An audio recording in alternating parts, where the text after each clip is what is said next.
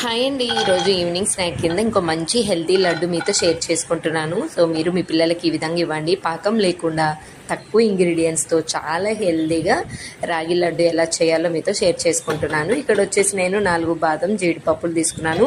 1/2 spoon వరకు అయితే పల్లీలు కూడా రోస్ట్ చేసుకొని అదే ప్యాన్లో కొంచెం నెయ్యి వేసి పచ్చివాసన పోయేంత వరకు రాగిపిండి 1 కప్ వరకు తీసుకున్నానండి. రాగిపిండి కూడా మంచిగా రోస్ట్ చేసుకోవాలి. సో ఇంకా మిక్సీ జార్ తీసుకొని వెంపుకున్న బాదం జీడిపప్పులు సీడ్ తీసిన ఒక 7 నుంచి 8 వరకు ఖర్జూర కూడా వేసుకున్నాను. అలాగే కొంచెం కిస్మిస్, ఒక 5-6 కిస్మిస్లు. సో రాగిపిండి మనకి ఎక్కువ ఉండదు కదా అండి, అందుకనేసి నేను టేస్ట్ కోసం ఇంకొక 1/2 స్పూన్ 1 నుంచి 1/2 స్పూన్ వరకు అయితే మీరు బెల్లం పౌడర్ వేసి బాగా మిక్సీ పట్టేసుకొని ఈ విధంగా నెయ్యి వేసుకుంటూ ఉండల్లాగా చేసుకోండి.